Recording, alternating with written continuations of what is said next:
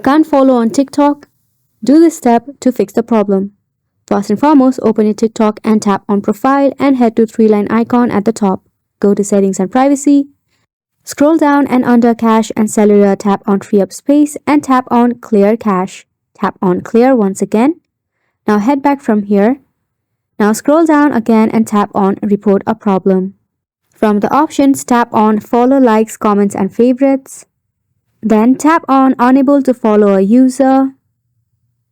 Then scroll down and tap on No Bubble right here.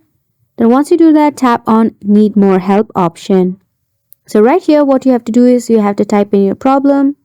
For an example, here I'll be typing, I'm not being able to follow any account on TikTok despite I have followed every solution or process. Now at the bottom, you can see there is a picture and a video option. You can also upload a screenshot of your problem.